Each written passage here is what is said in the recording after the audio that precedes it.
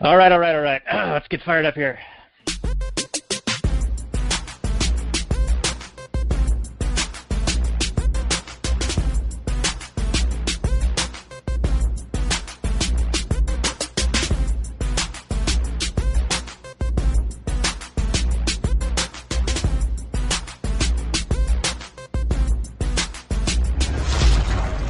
Maximum freedom.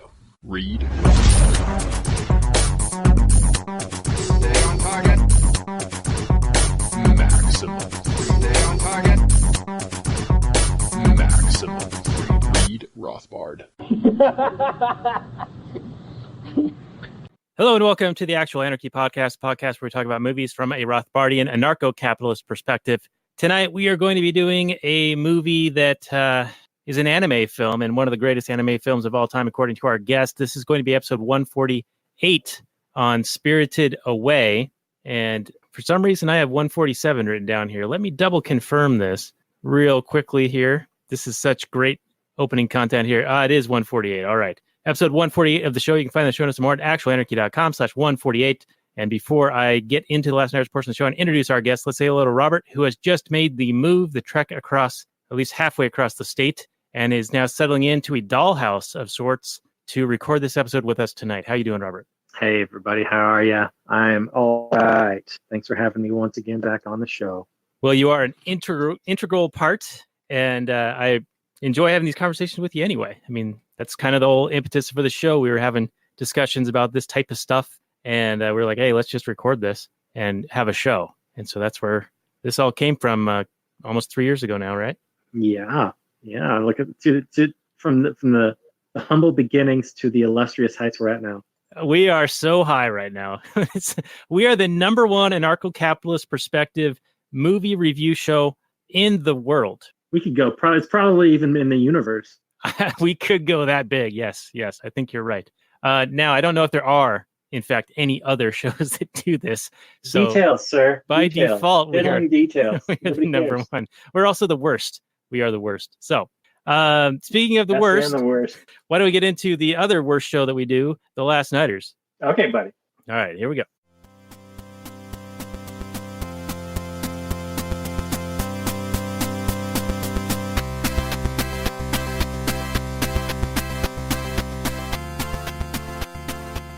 Hey everyone, it's Daniel Elwood and Robert Johnson, The Last Nighters. And The Last Nighters can be found on the Launchpad Media, where they're always launching new ideas in your direction. Check it out at thelaunchpadmedia.com. Tonight is going to be episode 91 of The Last Nighters. You can find the show notes and more at lastnighters.com/91. And we're going to be doing Spirited Away as we welcome back a guest from a while ago. He is Olof the Anarcho Viking, and he claims that this movie is so awesome that he has watched it at least 20 times. Spirited Away is an award-winning visual masterpiece with a coming-of-age story fused with the Shinto religion. So if we were doing like a restaurant menu, I'd call it Asian fusion cuisine, if you will.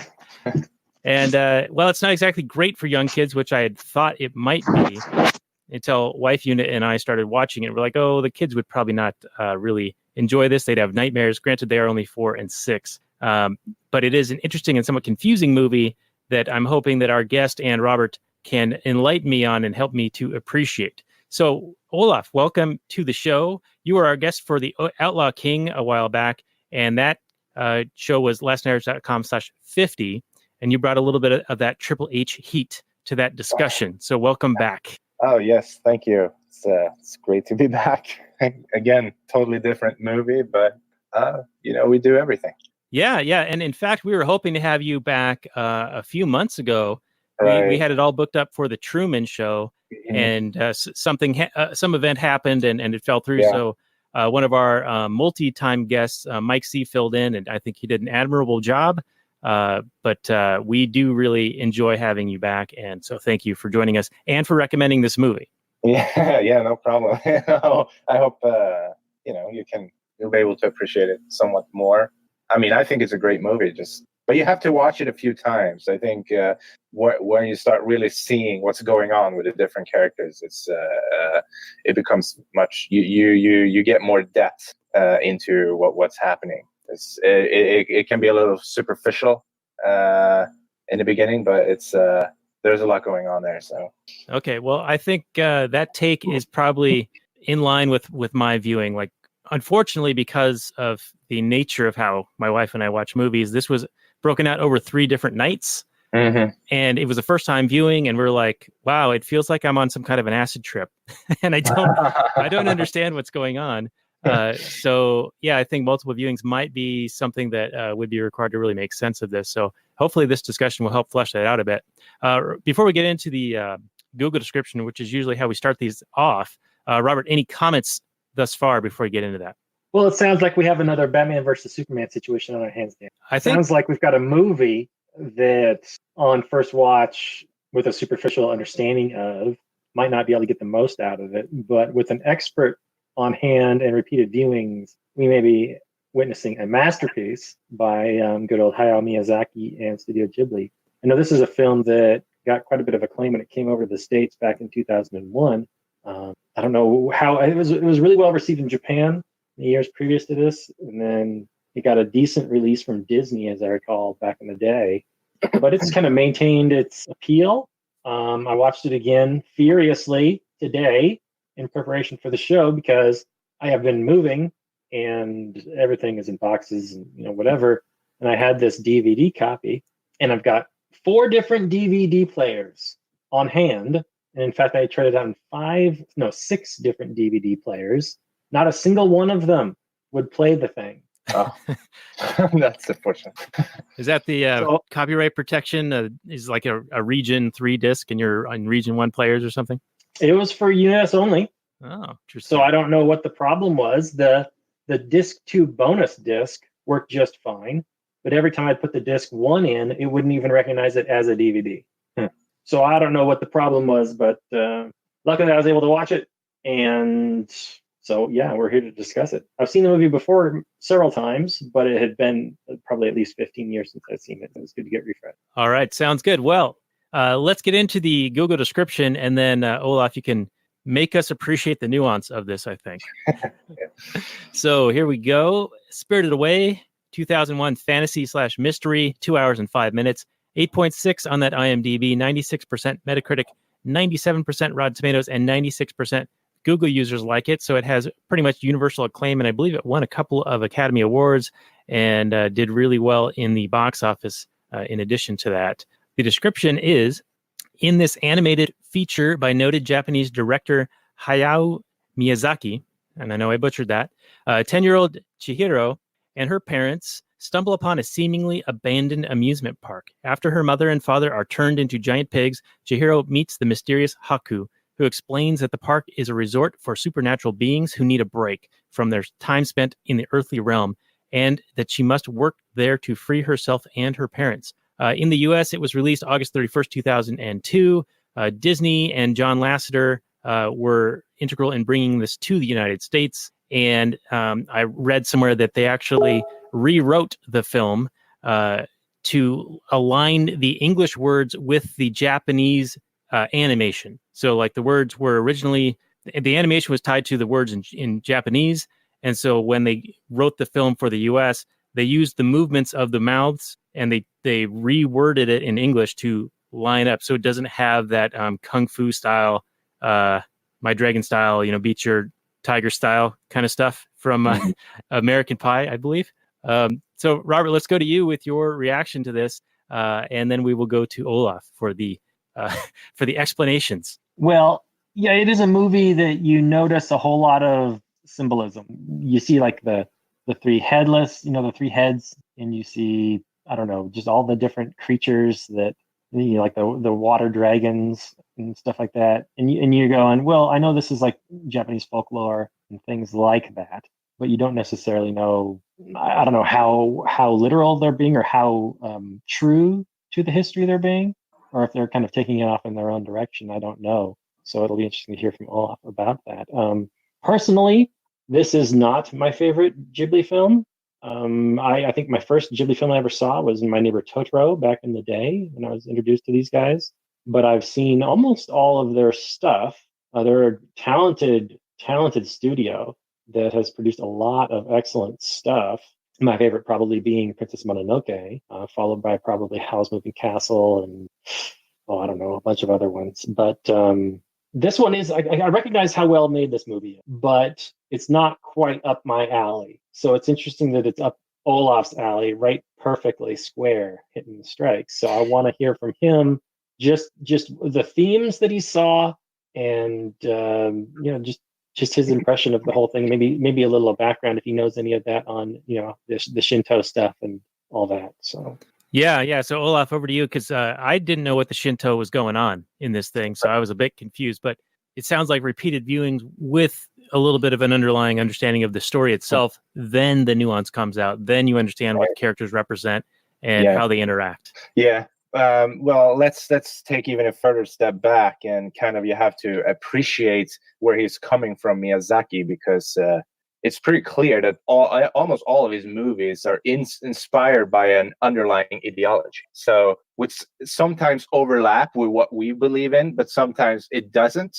But I appreciate seeing that coming out of his movies. So just for instance, in 2003, he was invited to Academy Awards in Los Angeles. I think it was the 75th year. He rejected it on the grounds that the United States had troops in Iraq, and he did not want to visit a country that was bombing Iraq. So I think that was a very, principled stance of him to take. And so I appreciate a lot of his opinions and stances on issues like this. His dad was an aircraft designer in World War II as well, and he saw the horrors of World War II growing up in Japan because his country was bombed. And he's also an environmentalist. You can see that clearly in the movies. And there's some themes in the movie that is very, very much striking environmentalistic. And the Shinto stuff also shows, obviously, with just the phenomena that exist, such as the spirits in the first place, and they always have a connection to nature, usually. And you see this in the movie with two things. For instance, Haku himself is a river spirit, but he has been robbed of his past because of the dry out of his river and the then subsequent buildings that were put on top of it. So he can't remember where he is from, so he can't find his way home. But he's a river spirit. The other spirit also that we see in the movie, the more troubling one, where really the environmentalism kind of comes forth, is with what they believe first, or the witch that rules the bathhouse, Yubaba. They first thought that this was a stink spirit because it came and it smelled really bad, and they assigned this particularly undesired guest to Chihiro and her mentor Lin in the bathhouse. But it turns out it's not a stink spirit. It's also a river spirit that has been collecting all the garbage that was put into his river, and now he's coming to relieve this garbage that were dumped on his river, in his river. All right, hold on. This is No Face? No. This is the stink spirit. The muddy, slimy, grimy, big brown ball of just mud and stink that comes in and slides through the halls in the bathtub and turns. The rice just rots in the bowl when he approaches the Lynn. They're standing there with the rice balls, and they just turn black and brown and rots away. And it's when Chihiro managed to refill the tub because No Face has given her all the tokens. So she's managing to put him. He goes into the bathtub. It doesn't do anything. It just turns everything to a big muddy pile of filth. And she's struggling. She needs to get the water running again because she thinks, okay, this is just dirt and slime and mud that needs to come off. But it's not. He has a thorn in him, you see. So, and when it's like a big abscess being released. And so they all help to pull out this thorn in his side, and out comes all this garbage from the river that this spirit inhabits. So he goes there and releases, and you can see all the junk just being displayed on the floor. And Shintoism is very concerned with the human's relationship to the environment. And Japan has it's always they have a deep respect for certain different aspects of nature, and usually there are spirits that are connected with the different aspects in the nature as well. And therefore, they treat it with very much gentleness and respect. And Miyazaki's criticism of this comes forth when he shows this. I suspect he's criticizing humans for the pollution of the environment. I don't know what his prescriptions would have been in terms of policy regarding such a problem, and that's probably where we might disagree with him. I mean, I don't know. I just suspect that that's the case, that he probably is somebody who favors, intervention by the state to protect these environmental phenomena. Right. So, or potentially culturally, like by respecting Shinto religion, which I think that would be almost a market type force. Exactly. And it is in Japan to a very large extent. You see people living in very much in harmony with nature. It's always respected. People don't pollute. They don't litter on the street. You can see this in Japan when you go. It's spotless, clean everywhere. People just don't litter. It's not what they do. Yet they seem to have some kink up there. Right. But it is. So these themes are showing in the movie, in Haku himself, in the sludgy stink spirit that turns out was not a stink spirit, it's a river spirit, and the way that is shown, I think really shows where Miyazaki is coming from an ideological perspective, and I find that very interesting. So that's a very big thing that I think people should appreciate with the movie. It's sort of like his environmentalism is coming forward, and whether or not you agree with it or something, you can still see that, oh man, the way he's doing it, the way he's displaying it really is, it's convincing and it's striking. I mean, the visuals of it comes forward, and it's I think it's very well done. So now Haku was also a river spirit, but kind of like the opposite spectrum of this blob monster. So is that like a yin yang thing going on, or am I like oversimplifying? He is a river spirit, but he is not plagued by the same problem. His problem is that he has nowhere to go back to. Because his river disappeared because of development, right?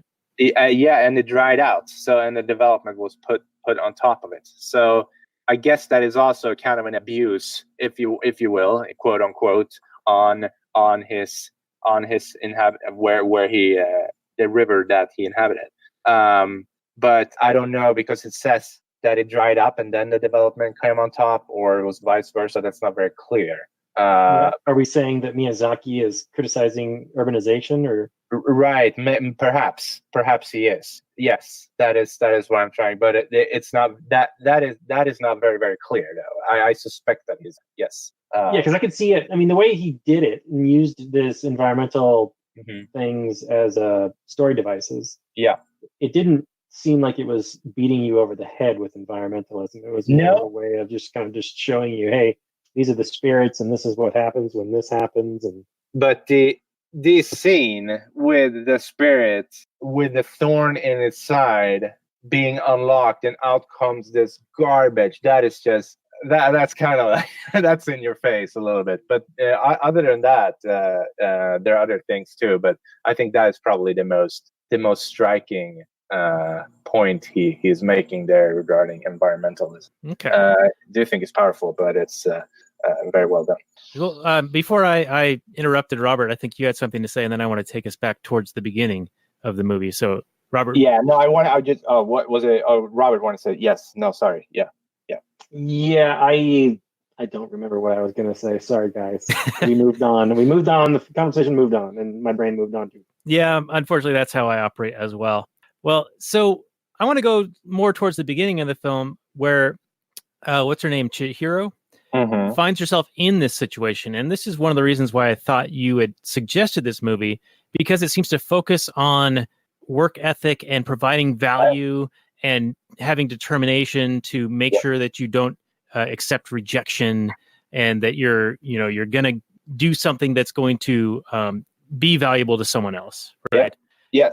Yes. And so that is true. Mm-hmm. And we've also got the contract situation where the witch takes the name of the person, has them sign a contract, and then basically controls them, or they're like an indentured servant to her, and she makes them do her bidding, or the jobs like cleaning the big stink monster, like that was the low man on the totem pole job, and they gave it to her because she was a human and everyone else was a spirit of some sort. And actually, they said, I think they actually said that humans stunk, and it would be a few days of them, her needing to eat their food before her stink would go away. Yeah, that's true. Mm-hmm.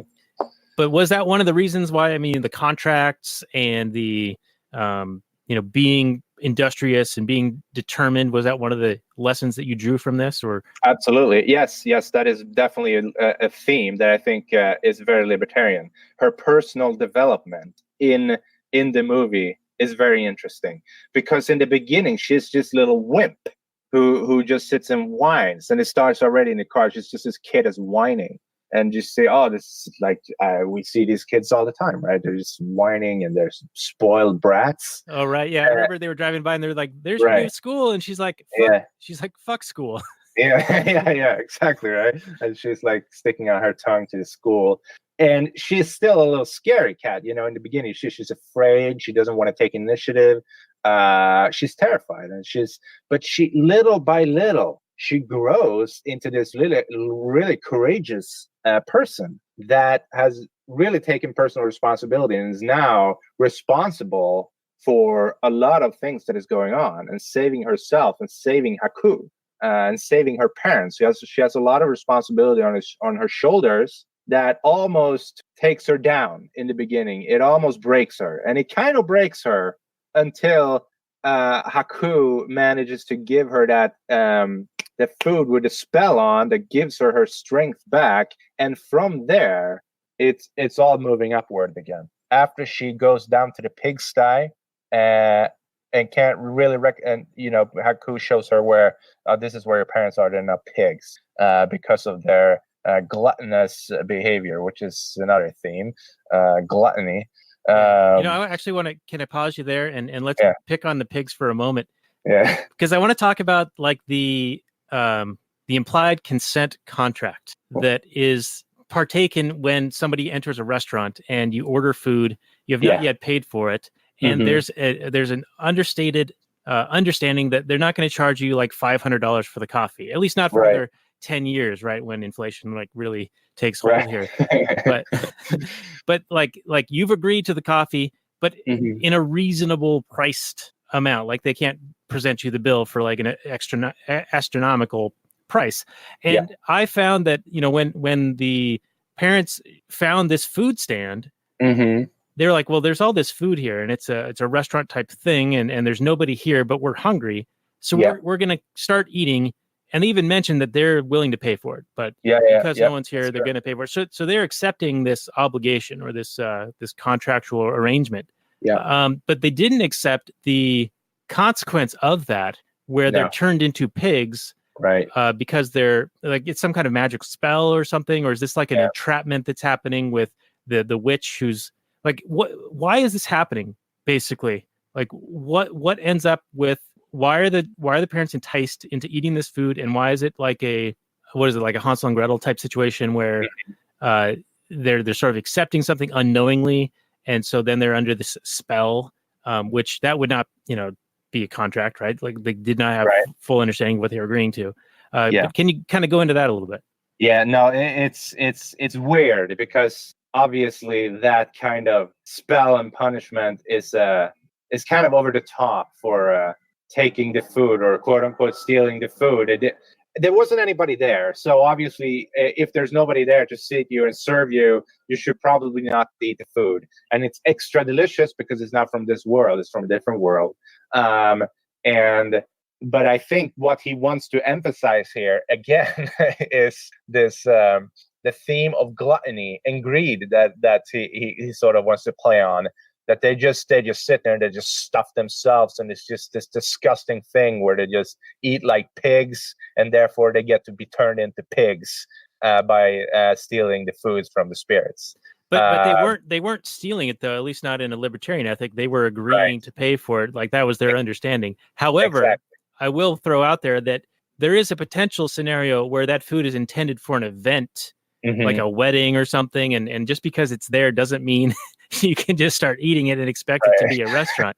But if what you're saying is how do you say his name? Miyazaki? Yes, Miyazaki. Miyazaki is saying that they're being gluttonous and they're stealing the food, and the punishment therefore is they become pigs, or they're put under this spell or whatever.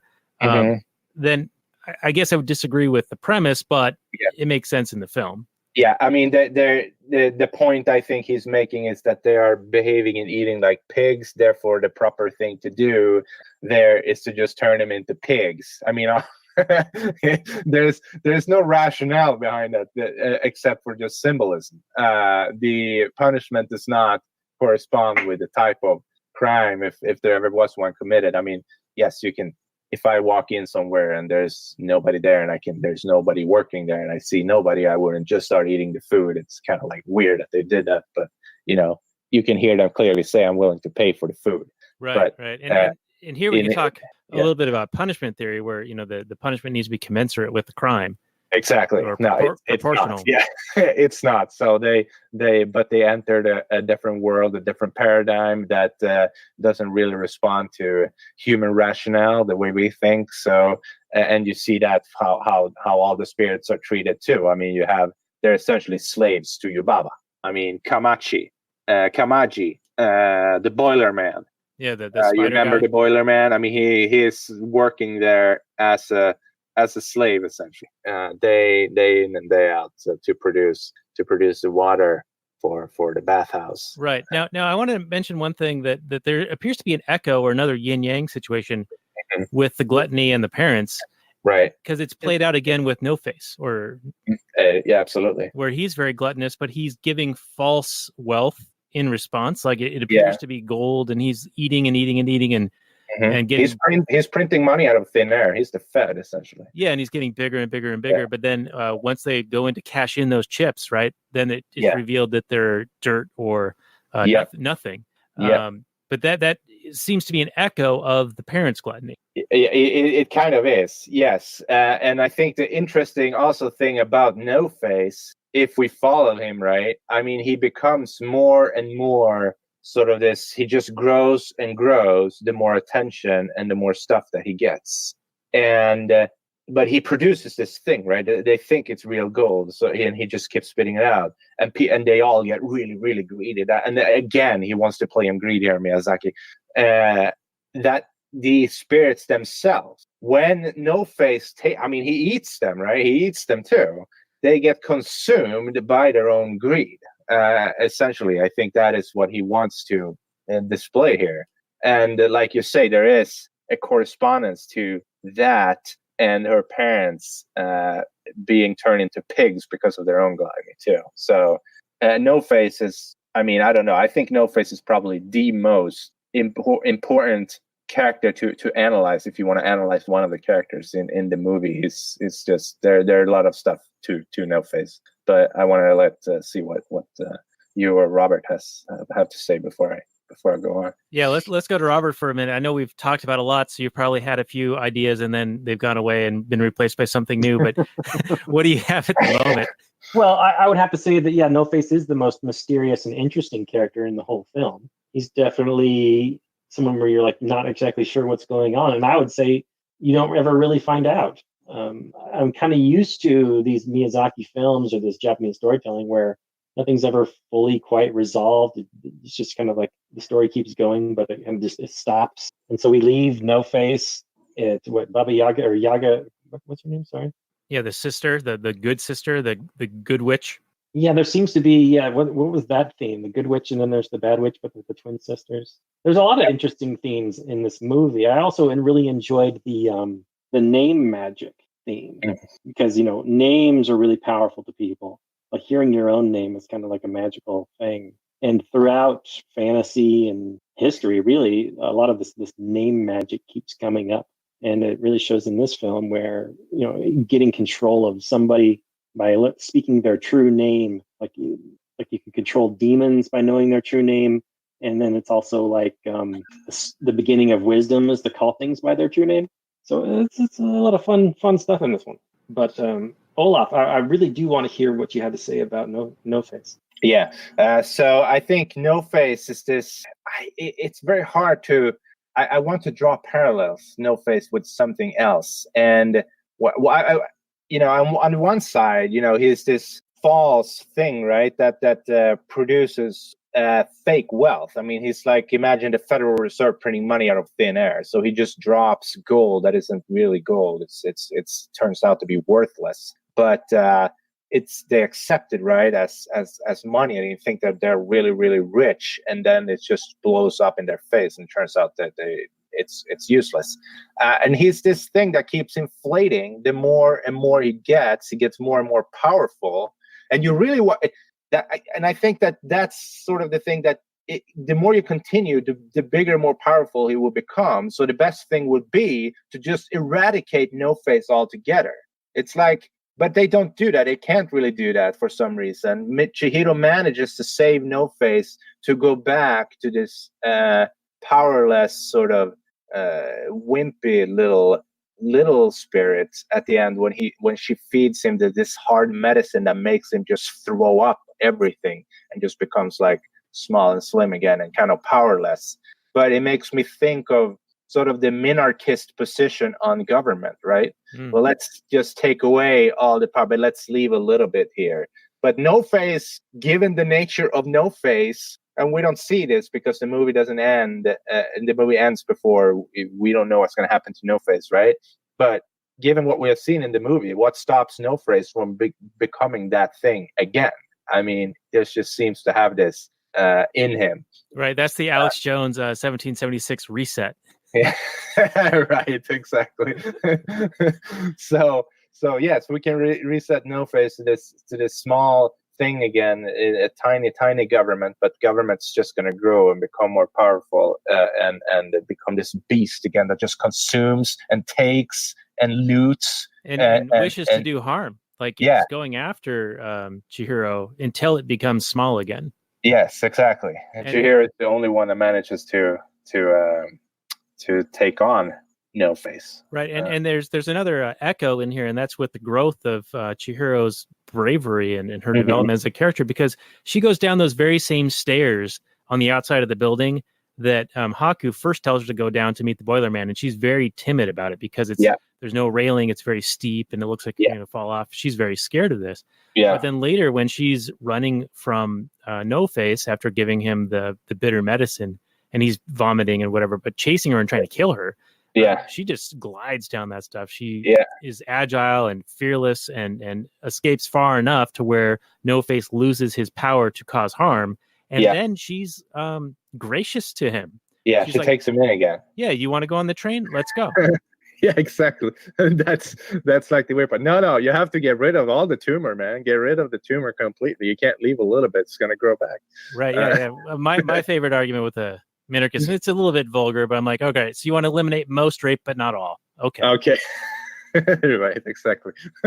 No, it's that's how I could see No Face from our perspective. That's how I analyzed No Face in the movie. Now, I think most people who do watch the movie probably have analyzed No Face differently, and there are many ways to do it, but that's really how I saw him. No Face, this monster, just became more powerful and more frightening and more dangerous the more you gave him. Right. Now, definitely I see your analogy of No Face being the Fed or a government.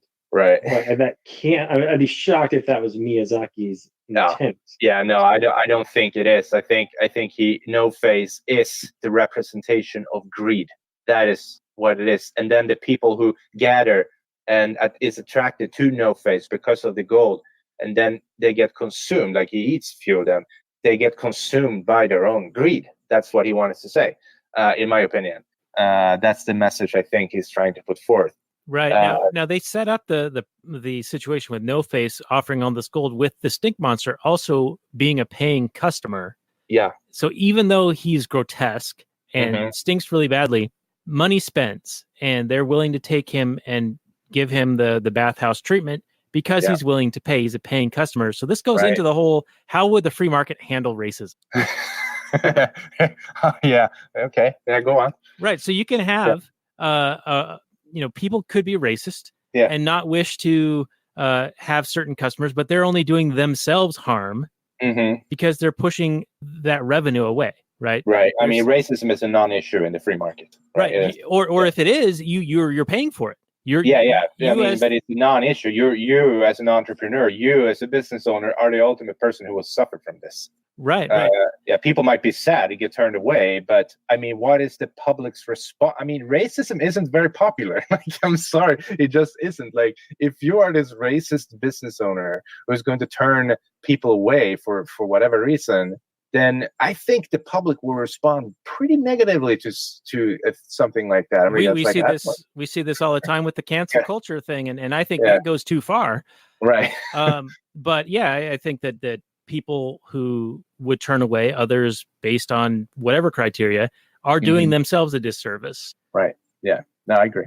And because for every consumer dollar that's out there, there are thousands of businesses that want that dollar and are vying for that dollar. Yeah. So yeah, you're absolutely right. You're hurting yourself and just gifting that money to your competitors. Right. So the racist bears the direct cost of their racism, and that will minimize it, right, rather than subsidize it. And I don't know where this quote's from. I think it's from a movie, but he's like, I don't see color, black, white, whatever. All I see is green. Where he's like, I'm just going to look at, who's willing to pay for my service.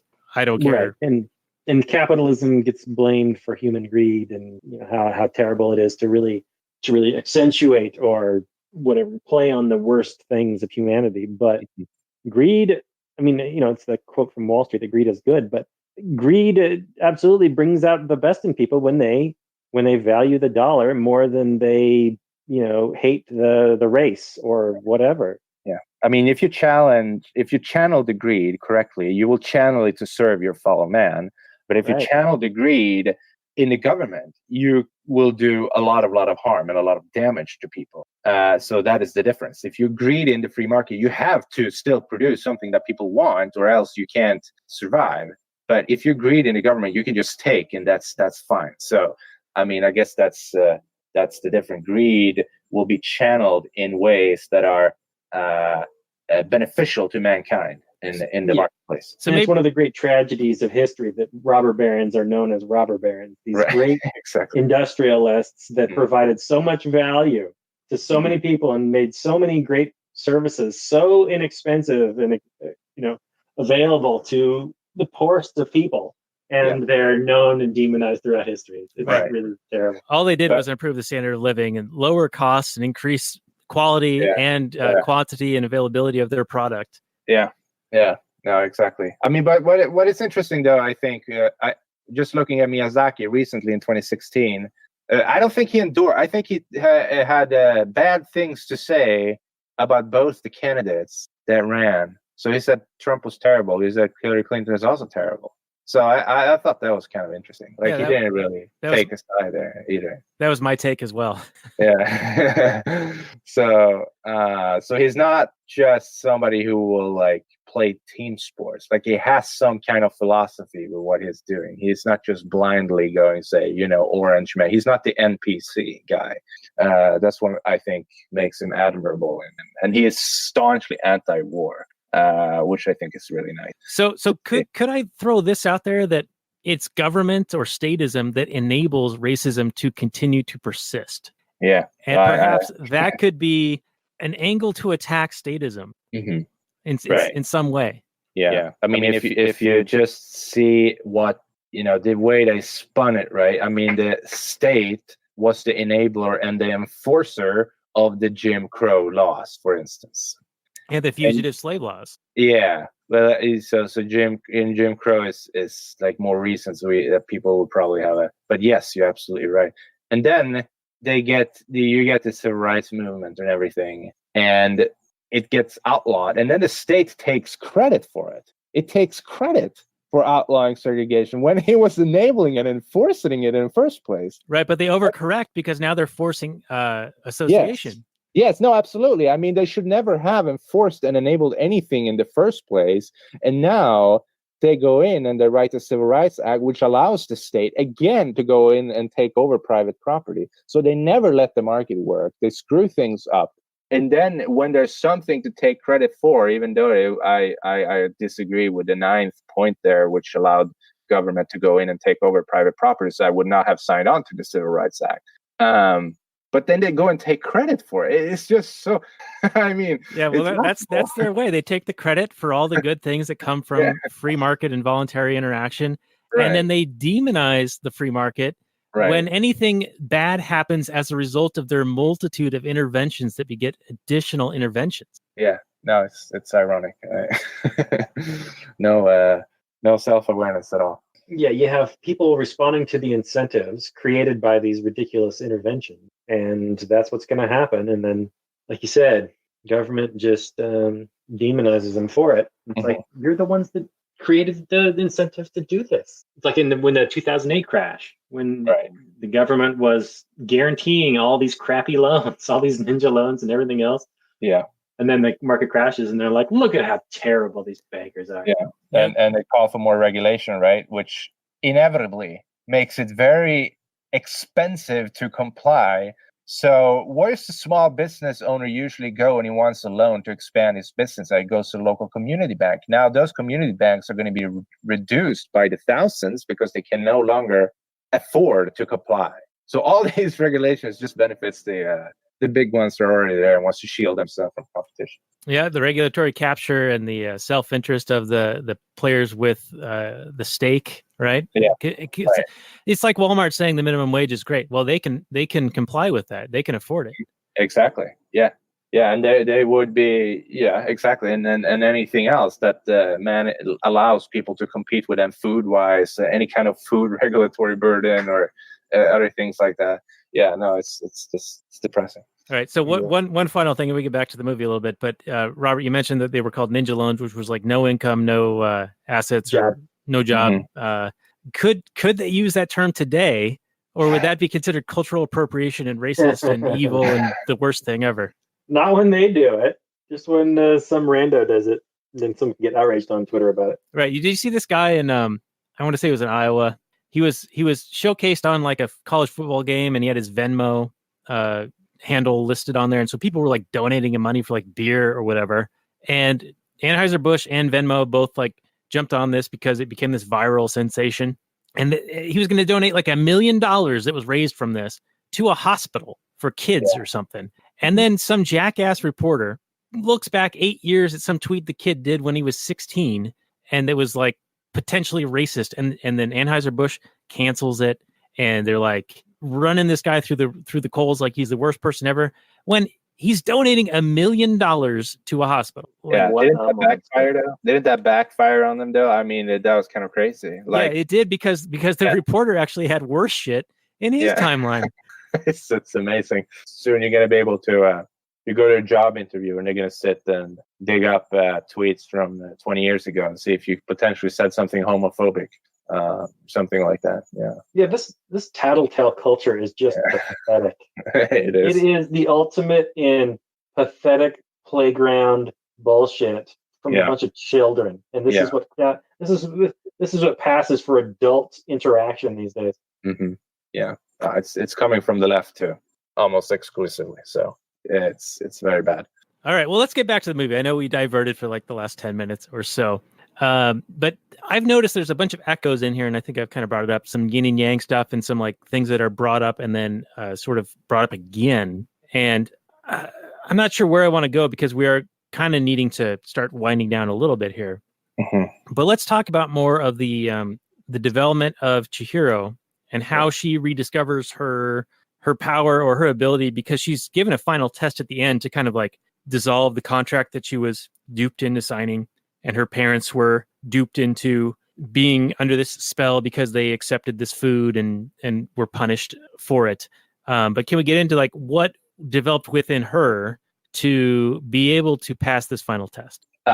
Yeah, I mean, I can go. I mean, I think you see, like I said before, throughout the entire movie, you see a display of the change of character of Chihiro that goes from little wimp crybaby to person with courage, a person with confidence, and that is true, exceptionally displayed in the final test. She just has more confidence in herself and her ability to do things. She learns these sort of, it's almost a lesson in ethical in moral behavior and work ethic and everything that is involved in her becoming this strong personality that she ultimately is, and a hero really for saving her parents. And I think a lot of that has to do with her strive and her fight is embedded in her love for Haku, for something that she can't really remember, but something that is still within her subconsciously.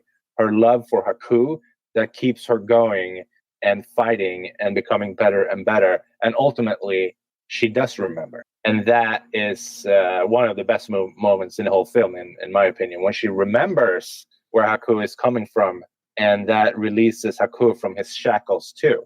So she saves everybody, ultimately. Yeah, and Haku was the one carrying her up to becoming this person. And she ultimately is the payback and saves him too. So it was a little confusing to me, this whole situation, because Lin tells her not to trust Haku because Haku is under the spell of Yubaba. Yep, that's true. Haku tells her things that actually do lead her to this discovery, right? Yep. So how much control did she have over him? And was he actually helping her, or was Lin correct in warning Chihiro not to listen to him? Yubaba had 100% control over Haku because Haku could not remember his name. It was just Haku. His real name was not Haku. It was Kohaku, the Kohaku River. And that is what ultimately releases him from his shackles, because when he remembers his name, he was then freed from his enslavement to Yubaba. Right, but he did give information to Chihiro, and Lin told her to not listen to him. But she did the things that Haku told her, and it worked out.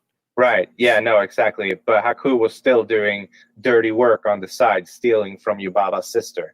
But I think he was ultimately a good person. It's just that he didn't have much choice for being tied to Yubaba under a spell. So are you saying that this was 4D chess, that Haku was doing Yubaba's bidding, yet was still able to slip the information as needed, like 4chan might, or what's it called? But what information? No, I'm a little. I'm not following exactly what information. So initially, Haku told Chihiro, like, right, hold your breath going across the bridge, and then find this guy, the spider dude, and ask for a job and don't take no for an answer. Yeah.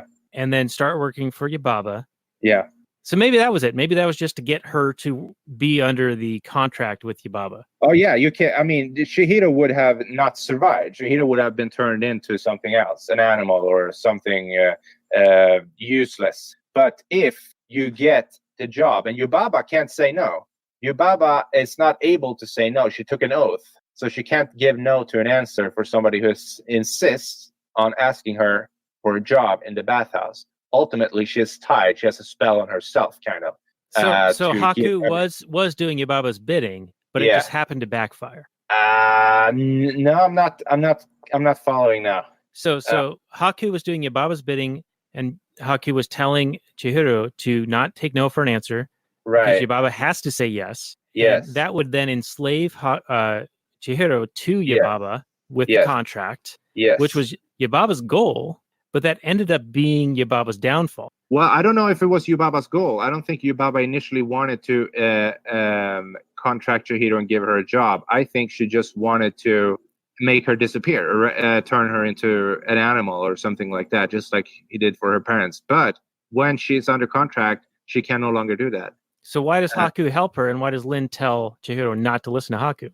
Well, there's a conflict between characters. So Haku, I think, knows what is best for Chihiro, and he genuinely wants to help her. I think that's clear. But he also is tied to his own spell, and he knows that. But he also knows what Yubaba's limits are.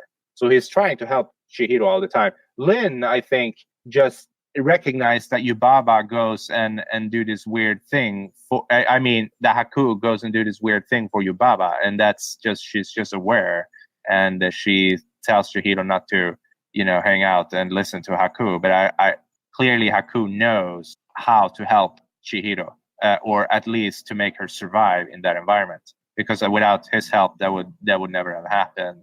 And otherwise, Yubaba would not have contracted Chihiro. She would not have given her a job at the bathhouse. She would have just gotten rid of her completely. That would have been the end of it. Okay, I might need to watch it again and try to make sense of all of this. Yeah, you have to. That's probably true. I mean, it's hard to get it the first time. There are many constraints put on character, and once you get to understand what they are, it makes more sense. So what was the nature of the contract? Because Daniel used a turn of phrase where he said she's enslaved to this contract. Clearly, you can't voluntarily enslave yourself. Right. To the contract. Well, here you could, man. This in this kingdom of the spirits of Yubaba, the Yubaba land, Yubaba kingdom. Everybody there were essentially slaves. They could not escape. You hear Lynn also say at the point in the movie that one day I'm going to get out of here. I'm going to get on that train, but nobody can get on that train because nobody has tickets. And nobody can escape because nobody remembers where they're coming from. Yubaba has stolen their names, and they are no longer able to get free from her, essentially. So okay, so this is some sort of ensorceling contract. This this would not be a valid contract. Oh no, it's completely invalid. It's well, unless you're Walter Block, perhaps, then he would make the argument that you can voluntarily enslave yourself. Then. Yeah, I'm sure he could try to explain why that's possible from a libertarian perspective, that you can voluntarily enter slavery. I don't know. Well, you get to sing songs and all that stuff. And sing songs. Slavery's not that bad. That's what was quoted in the New York Times later. Yeah, that was pretty slanderous. We love Walter. We've had him on. We've interviewed him twice, and we're probably due to have him on again sometime. But, continue, Robert. I know you were going down a line here. Oh, no, you were wrong about that. No, I was just curious to talk about the contracts, because like you said, I mean, libertarians, free markets, were all about contracts. And, she breaks the spell at the end and the contract disappears and breaks out. But, any kind of valid contract would be completely voluntary on both parties. It's just an agreement for both parties to act in a certain way. Yeah. So, yeah, it's just she has no chance. She cannot escape, basically. So she's very much limited. Her only chance to survive is to enter servitude to Yubaba. So there was never any promise of, because all she wants to do is to get her parents back and turn out pigs. Is there a promise by Yubaba that if Chihiro works in this bathhouse for a certain amount of time, she will do that? No, there is no promise, any such promise. The only thing that exists that gives her hope is that Haku seems to always have that plan in mind. She always seems to, want to help her to get free and help her parents. So he is ultimately the one that makes, that pitch to Yubaba. You have to set her free, essentially. Because he does tell Chihiro to, when he takes her to the stables, she's like, identify who your parents are and remember them, because it will be important later. Yeah. I guess that's kind of where my problem a little bit with the movie is. I mean, Chihiro is a great protagonist. She does all kinds of things. She solves all kinds of problems in the film. But it seems to be that the main problem is that her parents are pigs, and there should be some kind of clear path that she is trying to go on to get them to be returned to human form. And it seems like she just kind of lucks into it at the end. And I guess maybe that just leaves a tiny little bad taste in my mouth. Oh, okay. Yeah, you can't. Yeah, it's hard to see how it's going to play out exactly. There's no clear path to saving the parents. That's it's always unclear what's actually going to happen. Right, but that is she's her solving all these. Yeah, she's solving all these little problems along the way, and ultimately she does accomplish her goal. But it seems like there should have been some sort of clear step-by-step process or a path or something she was working towards to ultimately do that. Instead, it was, I'm going to solve this problem here. I'm going to solve Haku's problem. I'm going to do this. I'm going to do that. Yeah, and she solves the problem because there is a conflict that nobody notices until the end of the movie, and that is the moral ambiguity of the characters of Zeniba versus Yubaba, so the sisters. They're both kind of bad, but they're both redeemable characters at the end. Why is Zeniba bad? I thought she was the good witch. Well, she doesn't seem to be very... Yeah, she is the good witch, right? But she's very not friendly to Chihiro at all in the beginning, and she wants to kind of kill Haku for stealing the magic golden seal. Right, but she did say that Haku tried to cut her in half, I think. Oh, she did? That was after. She cuts when she sees that little piece of paper. Haku chops her name. Oh, yeah. Yeah, no, that's right. But there is something to, Haku did. So they have an antagonistic relationship, right? Yubaba and Zeniba. And Haku does Yubaba's bidding. She goes and she steals the seal. And there's a magic spell attached to it so that anybody who has it will essentially die. But Chihiro managed to save Haku by giving her the remedy there from River Spirit. Okay, so Zeniba and Yubaba are the yin yang of each other, like identical yet opposites, and they even say that explicitly. Precisely, yeah. But I think Yubaba is at the end kind of she redeems herself a little bit, by fulfilling the contract. Yeah, by acknowledging that she, did a challenge and she won and she should be set free, and she agreed. Ultimately, did that.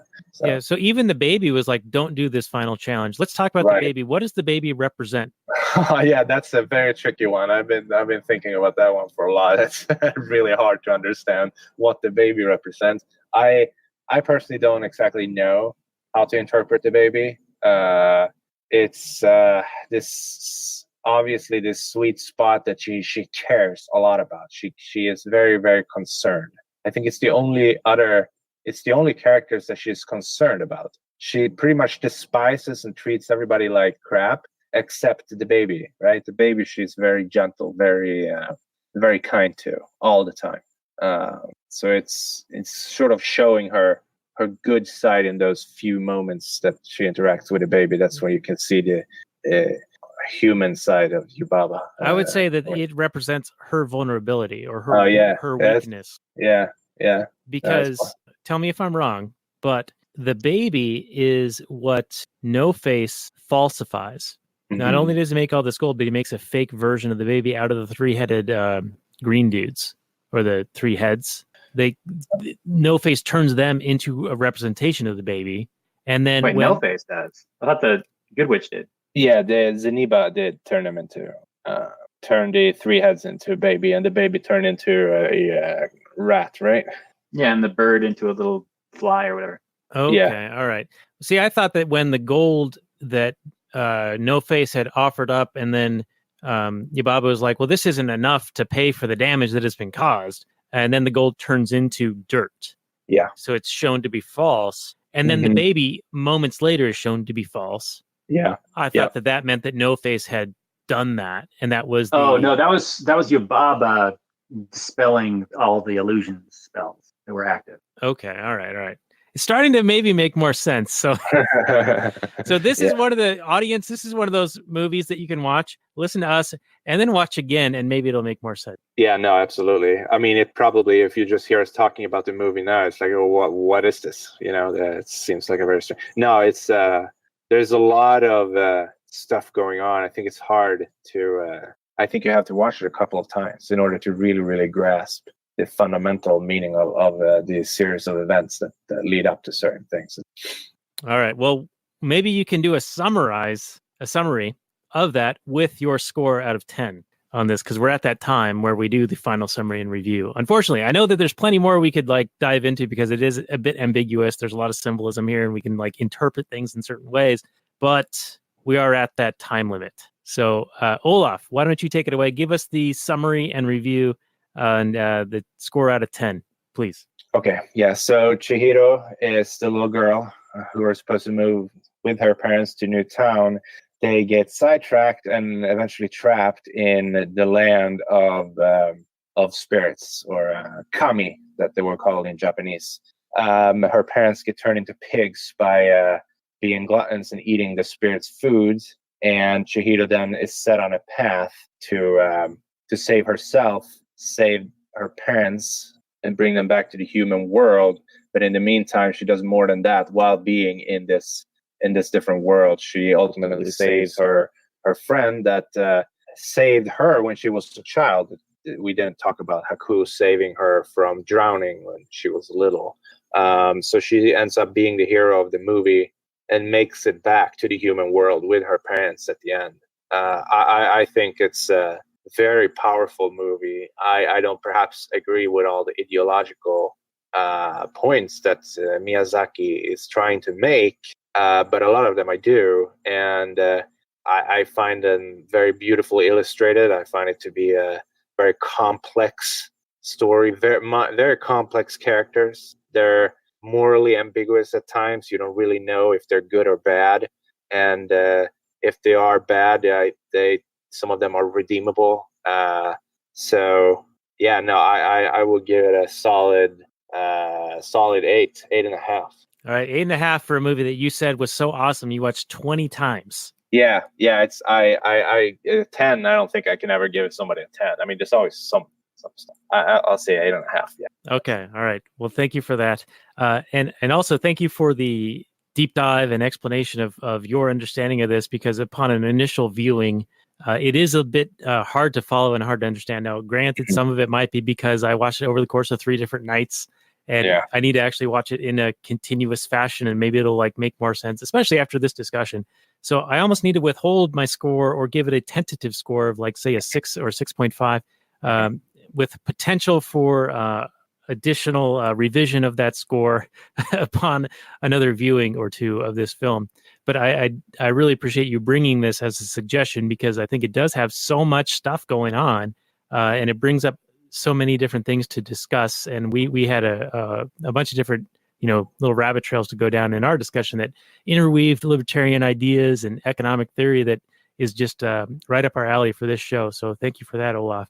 And so I'm going to go with 6.5 at this point. So 8.5 for you, and we'll go to Robert. So Spirited Away, it reminds me of another very, very famous anime. My experience with it is very similar, although I think I like the other anime better. It's the everyone knows the name Akira. So Akira, I remember when I first watched that movie back in like the late 80s when it first came out on home video in the United States, and I was just blown away because I'm a huge art fan. Love the line art, the frames per second. Akira's so kinetic, the action. And I'm sitting there watching Akira and just loving it, loving the whole thing. I've seen it multiple times. But I remember one night I had some roommates and we were all sitting around and we wanted to watch a movie. And I'm like, let's watch Akira. And about halfway through the film, I could tell everybody else was just tuning out. Everyone else was bored. They couldn't really follow the story. They just lost interest in the movie. And I didn't really know why at the time, but I think it's the same thing that happens in this movie. Is that there isn't a clear objective for the protagonist, or at least the protagonist isn't actively working towards that goal the entire time. And I know it's kind of like a Japanese storytelling style difference than there is in the West, but I think that's why this genre, or at least anime in general, appeals to certain people more than others. Like there are just some people who like anime who are like, I don't get it. It's not for me. It looks cool, but I fall asleep watching this stuff. And I think it's just the way that Chihiro, she's got this problem, but then she just kind of goes and wanders off and does other stuff. And so even today, when I was watching the film, I found myself, well, I got some other things I can do while I leave it on. And that's kind of bad. It really, you should be engaging your audience the entire time. And maybe it engages other people the entire time, and it's just not quite for everybody. And that's fine. So for a movie like this, for me and Akira, it's great. Although I'd say this isn't as good as Akira for me. I mean, because I'm a guy and I like all the cool action and the monsters and stuff. But for me, as an anime type oriented person with the love of the art, and I even like the Japanese storytelling. It's not what I would do per se, but I appreciate what they're doing, and I appreciate that it works for them and their culture, and it obviously works for millions of people around the world that love it. But I think it would work better for Western audiences in general if you didn't kind of have this kind of meandering, and I don't mean it meandering, like just kind of like, not super directed, like not necessarily a straight arrow for the protagonist. Take some twists and turns and do some other things, but always be working towards that goal. Always be working towards some specific, clear end goal that the audience can wrap their heads around and get on board with what's going on inside that character's head. Like, I got this goal. How am I going to achieve it? Okay, I'm going to go on this journey with this person and see how they get that done. That's interesting. But when they're not even working towards that goal, kind of seems like they don't care about it. And if they don't care about the end goal in the movie, then I, as the audience, don't care about the end goal of the movie, and I lose interest. And so I think that happens for a lot of people. Even though I think Miyazaki, he's a master. Studio Ghibli has put out tons of amazing good stuff, but this movie isn't my favorite of theirs, and probably for this reason. So I think it's a great film. I'm going to give it like a 7, maybe a 7.3, 7.4. But for those reasons, it's not a masterpiece for me. But I really do appreciate the conversation from Olof and his perspective that he brought to this. I really enjoy the Shinto stuff. The Shinto stuff that appears in like Princess Mononoke, I think is also fantastic. So that's a lot of fun. And then of course the economic discussion and the environmental type stuff. That's all really cool. So that's it for me. Thanks everybody. That was fantastic. Yeah, and quite a specific score there, Robert. And don't forget to mention the racism that we talked about, because I think that's actually very important. It's a very important distinction for the free market, that it would be the costs of it would be borne by the individuals perpetrating it. And so I think that's very, very insightful and beneficial for those who advocate for the free market. But I want to start to wind this down here. So thank you, Olof, for being our guest. We're going to be back with another show next week. I know it's hard to imagine we're so consistent. We do a show every week, but we will have someone who wants to do another anime with us at some point, though we can't do 2 animes back to back. But at some point in the future, we're going to do Cowboy Bebop with this person. He is Anarchist Luke Tatum. But instead of another anime, we're going to do Dune with him, the David Lynch film, starring the mayor of Portland, Kyle, what's his name? McClanahan, something like that. That's like the original Dune movie? The original Dune movie, The Spice. With Sting? With Sting and The Spice. Snaps. All right. Yeah, it's going to be good. He's actually read the novel, and so he's going to have a lot of insight to bring to this. So that's going to be the show next week, Dune with Anarchist Luke Tatum. And then at some point in the future after that, the next anime film we do will probably be a Cowboy Bebop with Luke Tatum again. But Olof, I want to thank you for joining us for this episode of The Last Nighters, talking about Spirited Away. This is episode 91. It can be found at the Launchpad Media and also at lastnighters.com/91. And Robert, what prizes can people win if they want to support us in particular ways? Well, they get all the pats on the backs and the shout outs and the good feels. They can leave a review on the iTunes or the iPad or the whatever kind of iDevice you have. You can leave a comment. You can subscribe to us on the YouTubes. Leave a comment on the YouTubes. You can watch us live. You can support us on Patreon. You can talk about us. You can talk about us on the Facebook. You can join up on our Facebook group and interact with us there. That'll be good times. Yeah, and we'll give a gateway to all those things at our show notes page at lastnighters.com/91. So, Olof, thanks again, and I will say good night from last night, everyone. Thank you.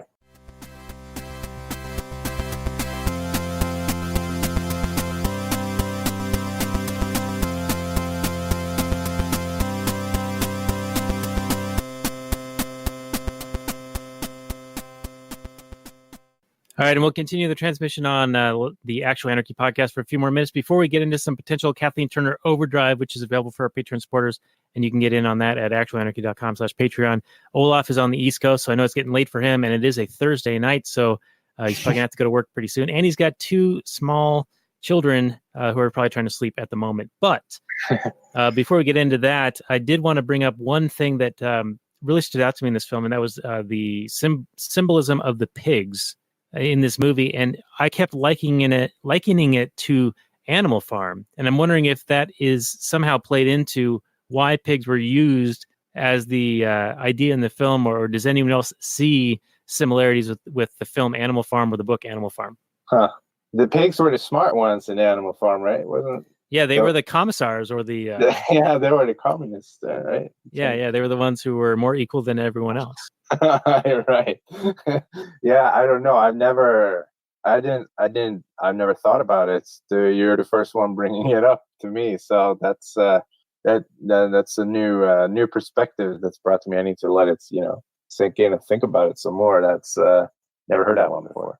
Yeah, I definitely see the greed aspect and the gluttony aspect, but I don't know if I see any kind of political commentary. I would have to rewatch to see that maybe. Yeah, Animal Farm's a movie that I know we've talked about maybe doing in the past, and I'm sure it's on our list. We have this big Google spreadsheet list that we've shared with each other, like making plans and things like that. But there's, I don't know, a few hundred movies on there that we haven't done yet. And this is episode 148, so we've made a good dent in our list. We're chipping away at it. It takes time. Yeah, but they keep making we might live to complete it one day.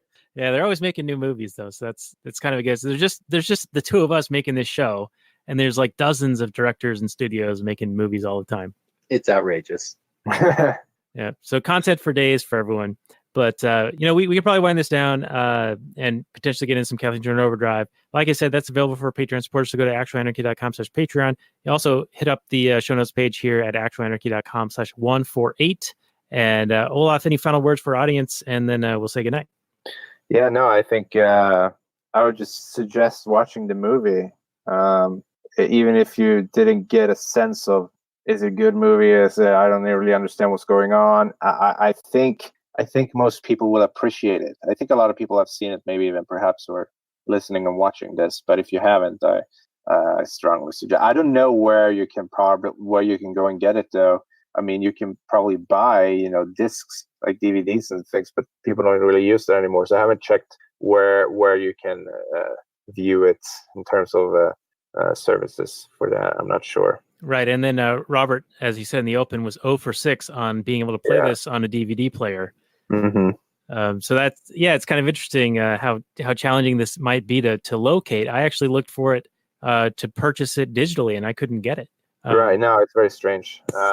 Yeah, there are ways you can get it, wink, wink. But but in terms of Netflix and things like that, I haven't seen it, so I'm not sure exactly where to turn for those types of services. Right. Well, just keep trying because per Olaf, it's an awesome film and it's worth watching 20 times. And it might take that many times to understand what's going on.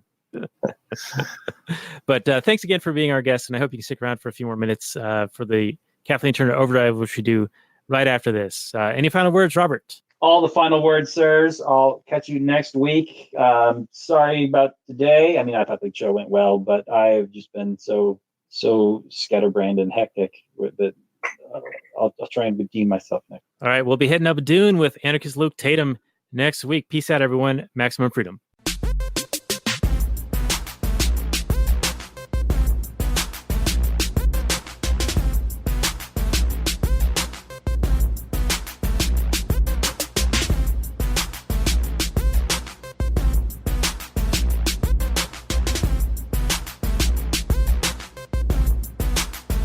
The Chipmunks. CHIPMUNK. We're the Chipmunks. Guaranteed to brighten your day. Do do do do do do do do do do do do.